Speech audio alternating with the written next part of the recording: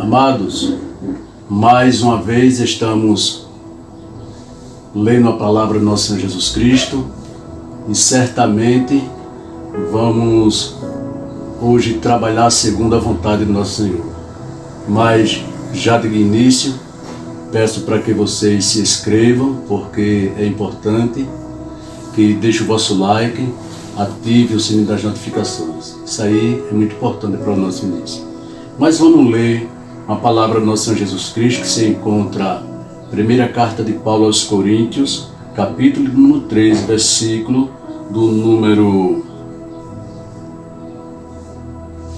1 ao número 7, ao versículo 7. Em cima a palavra de Deus, a epígrafe diz: o amor é o dom supremo. E eu não tenho dúvida disso, amado.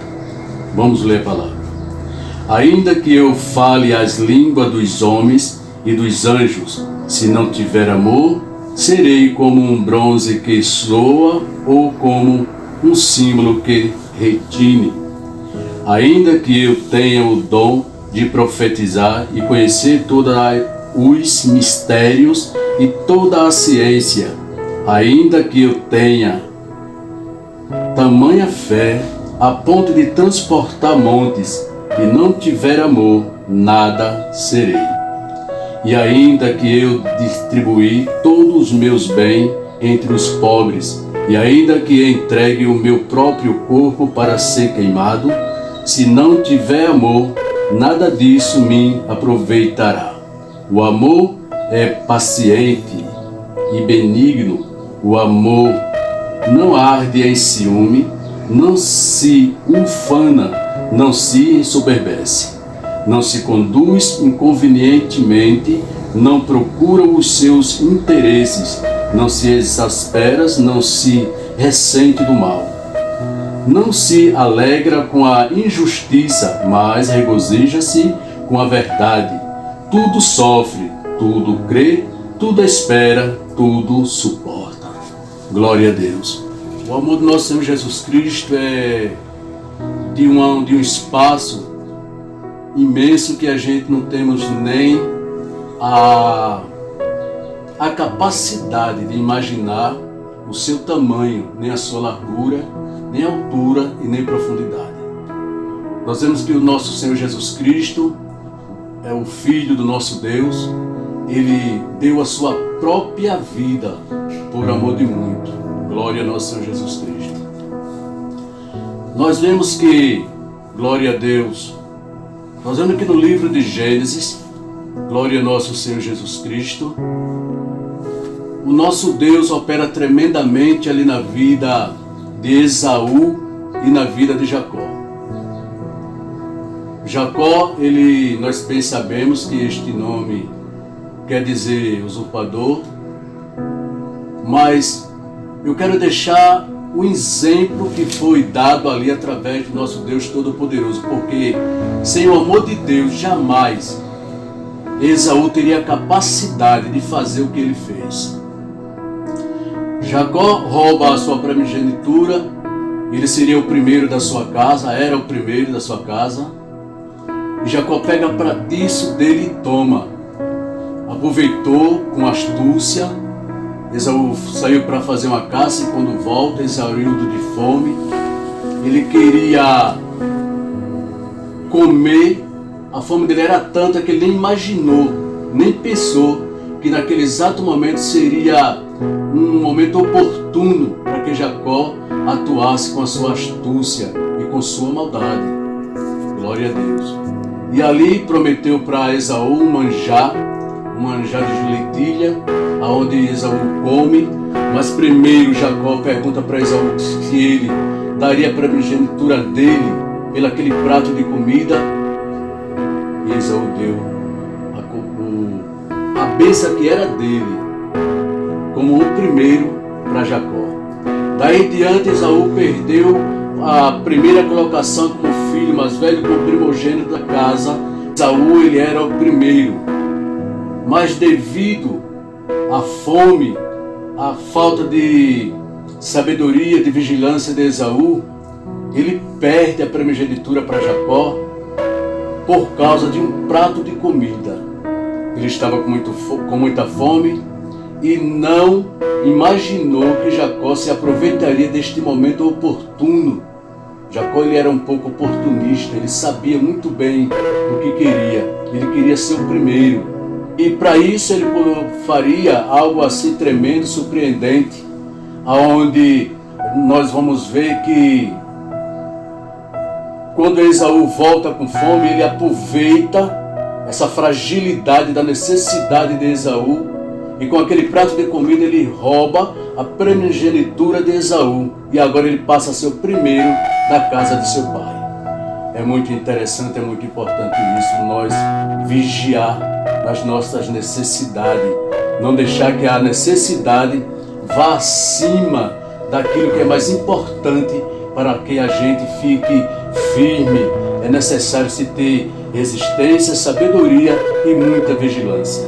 Mas Jacó, ainda achando pouco aquilo que ele tinha feito, um dia seu pai pede para que Esaú vá à caça, pegue um animal, caça um animal e voltando prepare e leve até a glória de Isaac para que ele coma. Jacó agora, ele pegando o conselho de sua mãe, ele vai até Esaú, né? Sua mãe já tinha preparado tudo, preparado o cabrito, já tinha preparado os pelos nas mãos de Jacó, no pescoço de Jacó, onde certamente Isaac iria passar a mão e perceber que se era Esaú ou Jacó. Isaac ainda fica um pouco em dúvida e pergunta: quem és tu, meu filho? Ele diz: sou Esaú. Mas Jacó não pôde enganar o pai em certa maneira na audição. Ele estava cego, tudo bem, mas ele tinha ouvido e ele percebeu que a voz que ele estava ouvindo não era de Esaú, e sim a voz de Jacó. E Jacó, mais uma vez, consegue ludibriá-lo, e Isaac entende, passa a entender que realmente era Esaú que estava falando com ele. E aí faz a oração, entrega a bênção na mão de Jacó. Jacó agora é abençoado, e aí começa agora uma dissensão, uma discussão entre Jacó e Esaú, ao ponto de Esaú prometer que quando Isaac viesse a morrer ou a perecer, ele mataria Jacó, não mediria esforço, aonde encontrasse Jacó, mataria. E aí a gente vê a ira se acender dentro de uma pessoa, e não é fácil. Uma pessoa irada, ela é capaz de falar e pensar coisas absurdas ao ponto de querer até tirar a vida de um próprio parente, de um irmão, de um familiar. Ele, quando está realmente com a mente cheia de ódio, ele pensa coisas que é quase que sobrenaturais. Mas deixa eu lhe dizer uma coisa, é aí onde entra o amor de Deus. Quando Isaac promete matar Jacó, creio que Deus se compadece tremendamente dele, e o que faz? Ele não permite que Esaú cometa este assassinato. Jacó foge, vai para a casa do seu tio Labão. Quando volta, faz todo aquele ensaio para que chega na presença de Esaú, pois o encontro já está marcado, temendo a ser morto por Esaú. E o que é que acontece? Quando Jacó se aproxima, que vai se ajoelhando 1, 2, 3, 4 vezes até chegar a Esaú, Esaú não se aguenta. A íntima compaixão que moveu o espírito que estava sobre ele não aguentou, correu até Jacó, abraçou-o e cheirou-o, beijou-o ao seu rosto. Aquele desejo de matar, irmão, acabou. Porque o irmão não mata irmão. O irmão, ele foi feito para amar o seu irmão, para abraçar o seu irmão. E assim Esaú fez naquele dia. Coisa tremenda. Nós temos outro exemplo de José.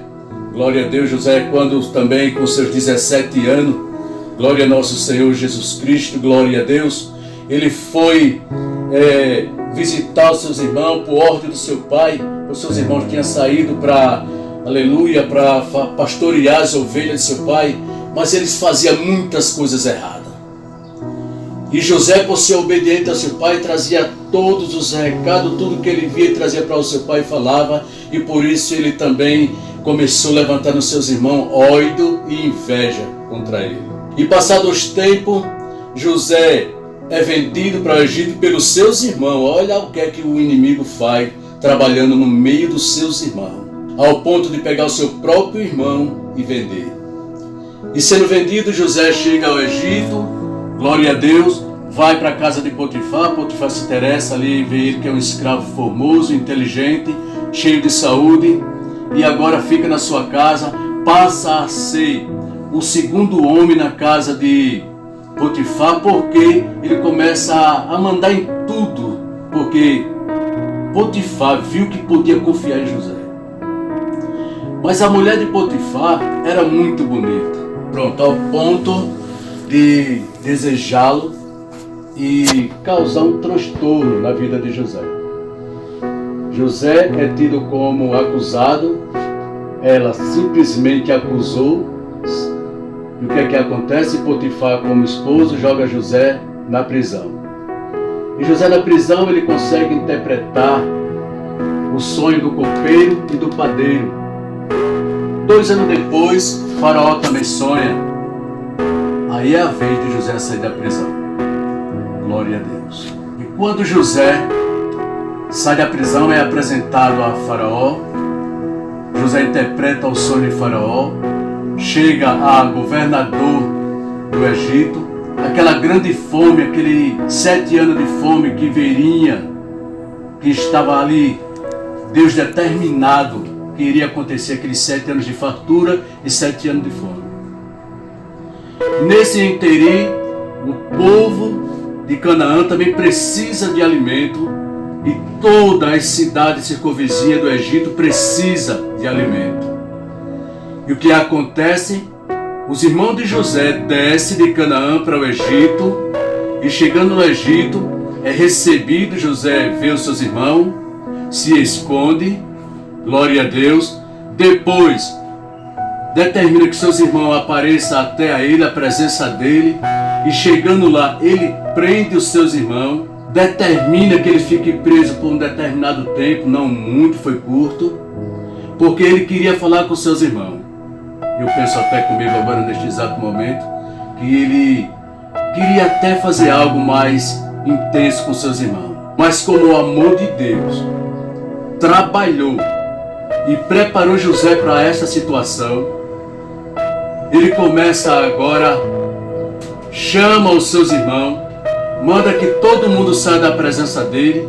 E sabe o que acontece, querido? José chora, abraça os seus irmãos, ele, creio eu, que beija seus irmãos, porque o amor de Deus, mais uma vez, é eficaz. O amor de Deus, quando ele opera, ele não deixa dúvida.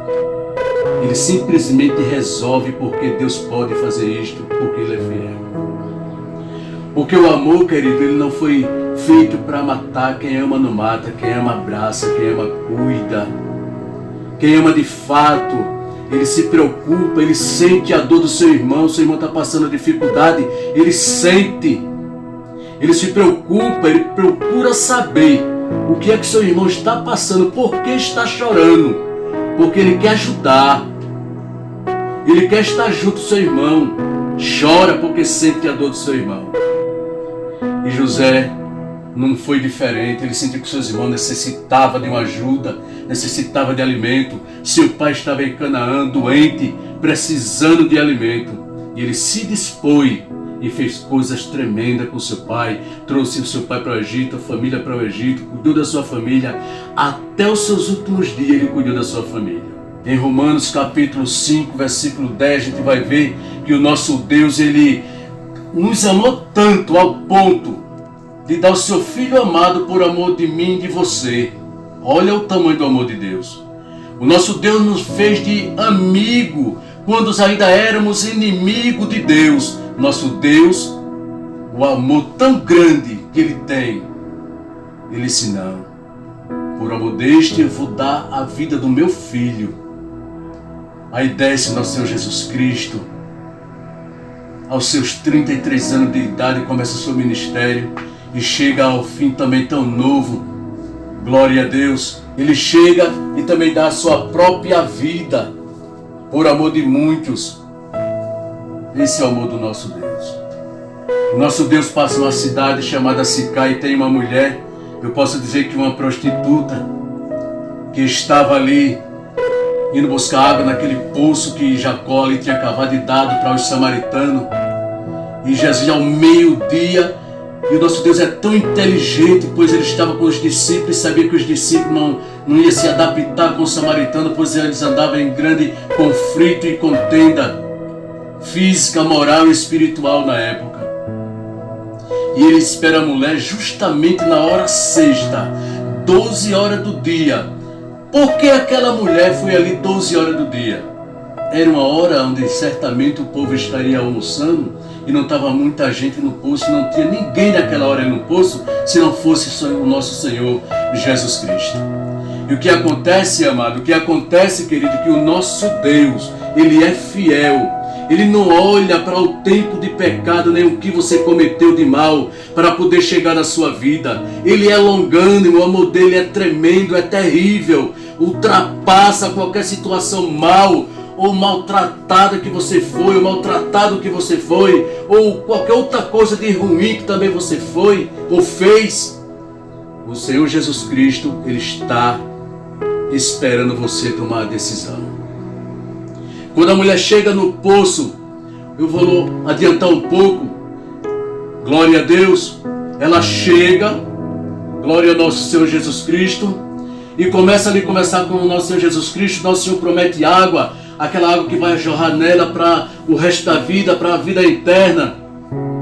E o nosso Deus, sabendo que aquela mulher, ou ela mesma, não se achava digna daquela compaixão do nosso Senhor Jesus Cristo.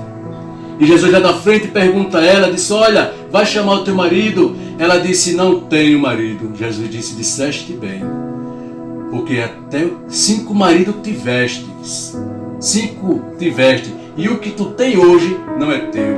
Ou seja, aquela mulher estava vivendo numa vida ainda preguiça de pecado, mas o Senhor Jesus Cristo prometeu a água viva, a água que jorra internamente dentro de si dela. Mas porque Jesus prometeu isto, não olhou a dificuldade daquela mulher, não olhou o que aquela mulher vinha fazendo. Jesus desceu, deu a sua vida, porque queria dar vida eterna. Aquela mulher simplesmente mais uma, porque para muita gente Jesus veio e deu a sua vida, porque queria dar salvação, não só lá, mas ainda hoje. Jesus opera maravilhosamente e não olha para os seus defeitos, simplesmente espera pela sua decisão. E neste dia, nesta hora, é a hora de arrependimento. Simplesmente entenda o que você precisa e aceite Jesus como seu Salvador. Amém, glória a Deus e até o próximo vídeo.